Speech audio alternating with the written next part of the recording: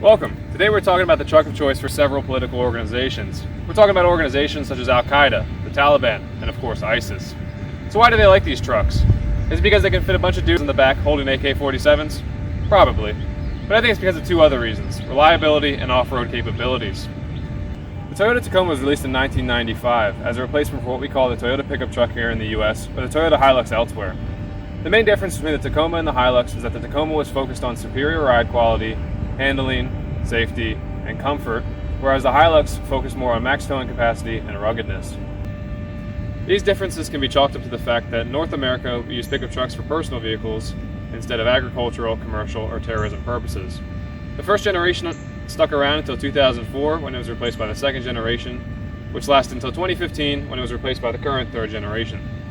As you can see, the Tacoma bears some resemblance to its Tundra and 4Runner ancestors.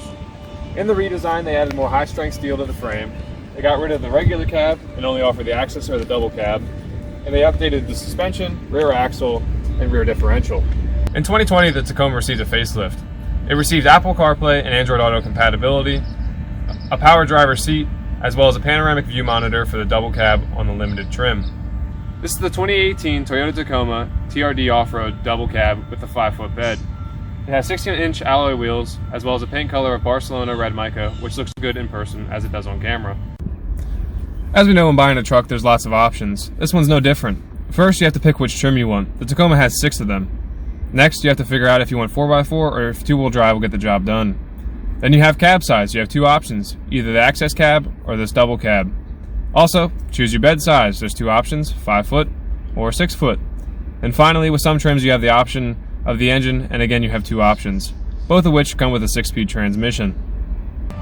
The 2018 Tacoma has a curb weight of about 4,600 pounds, a max towing capacity of 6,800 pounds, and a fuel capacity of 21.1 gallons. So what's up with the TRD? Well, there's actually 3 different TRDs for the Tacoma. There's the Off-Road, the Sport, and the TRD Pro. TRD stands for Toyota Racing Development, and now that has been established, we're going to call it the Turd from here on out. The big difference you get when you buy a TRD is the suspension. This TRD Off-Road comes with Bilstein shocks, the TRD Pro comes with Fox Racing shocks, and the TRD Sport comes with a Sport Tune suspension. The Turd Off-Road and the Turd Pro come well equipped for off-roading from the factory. They both come with a rear locking differential, crawl and multi-terrain select modes, as well as a better approach angle. The Turd Pro does come with some things that the Off-Road doesn't offer, such as a catback exhaust and a better skid plate.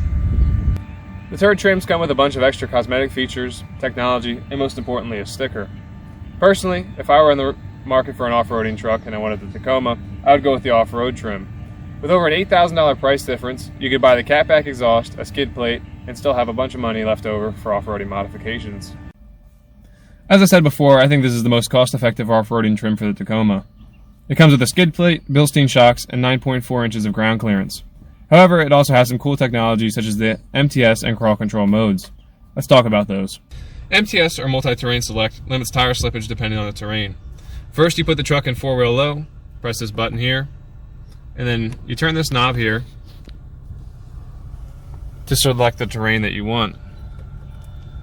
Mud and sand allows the most slippage, loose rock allows a little bit less slippage, mogul a little bit less, rock and dirt a little bit less slippage, and rock allows the least amount of slippage. Crawl control digs the Tacoma out of slippery situations. To activate it, you put the truck in drive or reverse and press this button here.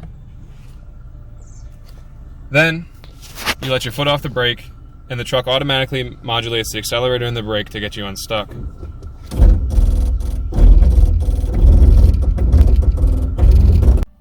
The Bilstein suspension on this truck is tremendous. The off-road went over bumps and you didn't even know it. This truck is the double cab with a 5-foot bed and it felt very maneuverable.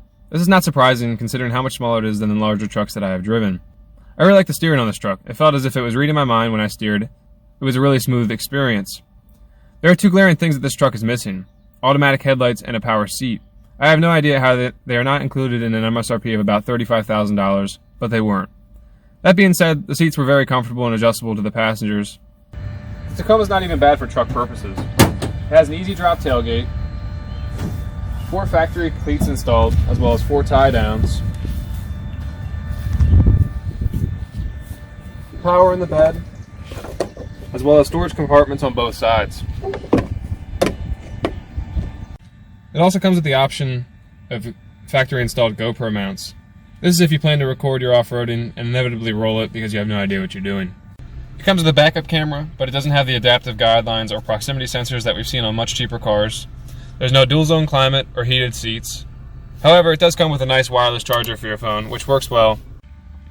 The Tacoma comes with some decent driving aids. It comes with pre-collision assist, lane departure alert, adaptive cruise control, as well as automatic high beams, which is kind of ironic because it doesn't even have automatic headlights. The Tacoma's rival also comes from the land of the rising sun, the Nissan Frontier. Unfortunately, the Nissan Frontier hasn't been restyled since about 2004, and quite frankly, I think we're just tired of looking at it. Thankfully, Nissan has scheduled a redesign for the Nissan Frontier in 2021. Because of how old the Frontier is, you're going to see a lot better technology on the Tacoma.